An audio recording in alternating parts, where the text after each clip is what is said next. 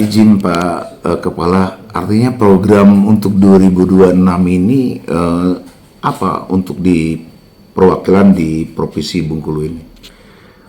Pertama, kita ini adalah perlu diketahui adalah perwakilan kementerian. Jadi kita adalah sebagai lembaga pemerintah pusat yang berada di daerah. Kita hari ini nama lembaga kita sudah bertransformasi, namanya Kementerian Kependudukan dan Pembangunan Keluarga BKKBN /BKKBN.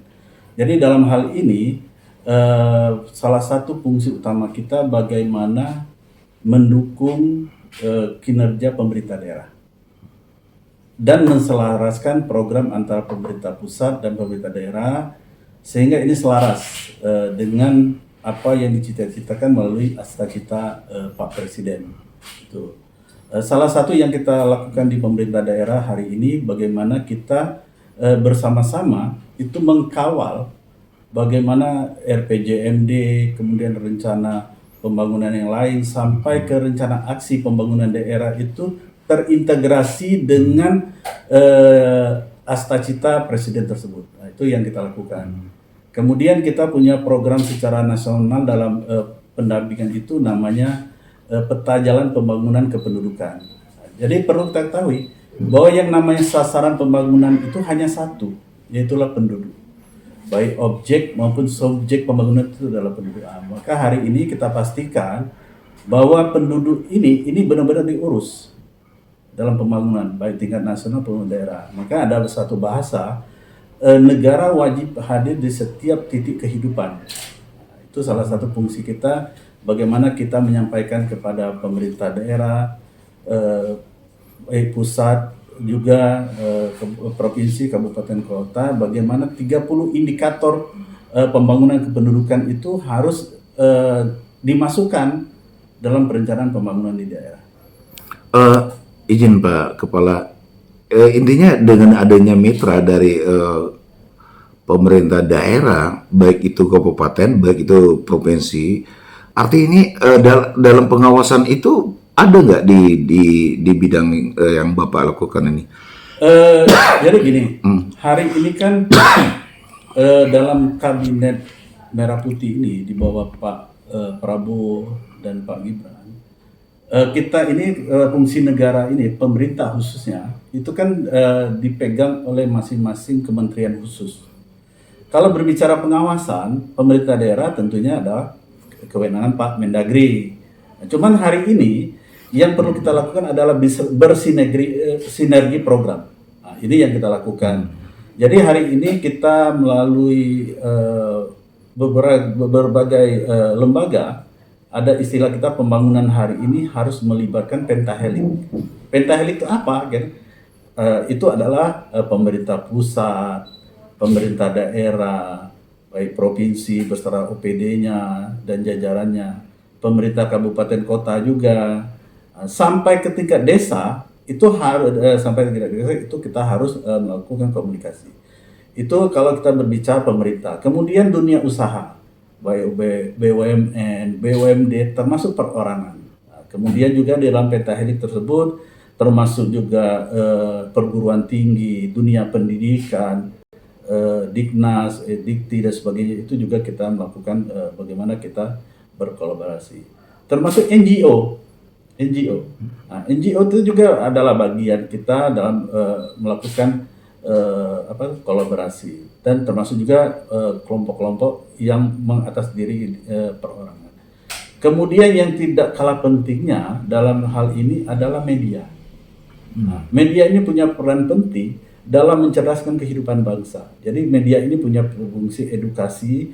Ya, kita harapkan dengan kegiatan kolaborasi pentahelik ini, semua lembaga ini menyatu bagaimana mengembangkan fungsi masing-masing ini dalam membangun negara ini sesuai dengan tupoksinya, sehingga apa yang diharapkan melalui Astacita Presiden, kemudian bagaimana Indonesia Emas 2045 ini kita bangun bersama, kita wujudkan bersama. Kalau tidak ada kolaborasi ini, saya yakin ini berat kita lakukan. Harapan kita ya kesadaran ini menjadi kesadaran kita bersama. Ini terakhir nih Pak Kepala. Mm-mm. Saat ini kan Bapak Presiden kan apa yang kita lihat dari pidato Bapak Presiden tentang untuk kebersihan baik itu pantai, Oke. baik itu lingkungan kerja itu sendiri. Artinya itu bagaimana nih di kantor Bapak ini baik itu dari karyawan itu dilakukan dengan adanya dipanggilnya seluruh kepala daerah di seluruh Indonesia. Oke. Sebelum saya menjawab itu, ada satu hal yang lebih penting saya sampaikan terkait dengan makan bergizi gratis. Nah, jadi hari ini oleh Presiden melalui Perpres 115/115 kita diberi kewenangan, untuk pertama mengantar makanan terkhusus untuk sasaran 3B. 3B itu apa? Ibu hamil, ibu menyusui, anak non PAUD. Jadi anak non PAUD ini anak yang belum masuk PAUD dengan kriteria umur 6 bulan sampai 5 tahun. Itu kita lakukan dengan memberdayakan tenaga-tenaga kita, kader-kader kita, kader TPK namanya, tim pendamping keluarga. Itu merupakan kunci yang ada di masyarakat, tokoh-tokoh masyarakat yang terkumpul dari jajaran kesehatan, PKK, dan kader KB sendiri. Nah, ini hari ini sedang digalakkan, dan hari ini merupakan suatu model yang jadi model kita di Republik ini, karena seperti pertemuan terakhir Pak Presiden dengan rapat koordinasi pemerintah pusat daerah, itu yang menyampaikan satu-satu di dunia yang memberi makan ibu hamil itu adalah Indonesia. Nah, ini juga menjadi peran kita di kementerian ini untuk mengantar door to door makan bergizi gratis itu kepada itu tadi ibu hamil, ibu menyusui, dan anak non PAUD itu tadi. Nah, itu sedang kita lakukan, dan tidak terlepas lagi dalam kewenangan itu kita diberi fungsi bagaimana kita menyampaikan edukasi pangan terhadap pangan baik sehat kepada masyarakat di tingkat keluarga. Ini menjadi kewajiban kita. Kemudian hari ini juga melalui program Presiden kita mengenal ada istilah Gerakan Nasional ASRI, aman, sehat, resik, dan indah. Nah, ini juga hari ini kita melalui perwakilan BKKBN Provinsi Bengkulu ini mengundang hari ini beberapa OPD di provinsi juga hadir, baik dari OPD KB-nya sendiri, kemudian dari lingkungan hidup, kemudian teman-teman lini lapangan. Hari ini kita sampaikan bahwa menyelamatkan bumi ini adalah tanggung jawab kita bersama. Salah satu adalah kita melalui menjaga kebersihan lingkungan, sampah ini bisa dikendalikan dengan baik dan dimanfaatkan, kemudian menanam tanaman pohon ini serentak kita lakukan hari ini, satu orang minimal menanam satu pohon. Kenapa kita lakukan ini? Nah, ini ada satu falsafahnya, bahwa setiap manusia hidup ini kan punya kebutuhan utama, yaitu adalah oksigen. Nah, pertama, pertanyaan kita, pernah tidak kita berpikir untuk menciptakan oksigen tersebut? Karena oksigen ini kan dihasilkan dari tanaman-tanamannya, itu kita katakan tadi. Insya Allah bila tanaman ini diurus, dirawat dengan baik, ini kan menghasilkan sesuatu yang positif, baik kepada diri kita sendiri, lingkungan kita sendiri, sehingga ini menjadi bagaimana kita menyelamatkan bumi ini bersama-sama. Nah, ini wajib kita dukung, dan gerakan ini tidak terlepas sampai di sini, kita juga akan mengembangkan sampai ke tingkat kabupaten, kota, dan sampai di tingkat desa. Itu yang kita lakukan pada kegiatan hari ini, rame-rame hari ini, itu yang kita lakukan. Mungkin itu kurang lebih. Terakhir, himbauan Pak ke seluruh kemitraan dari Bapak itu sendiri Pak, di Provinsi Bengkulu ini. Jadi harapan kita hari ini dengan kegiatan ASRI ini dapat digerakkan karena tupoksi ini bukan hanya tupoksi Dinas Lingkungan Hidup saja.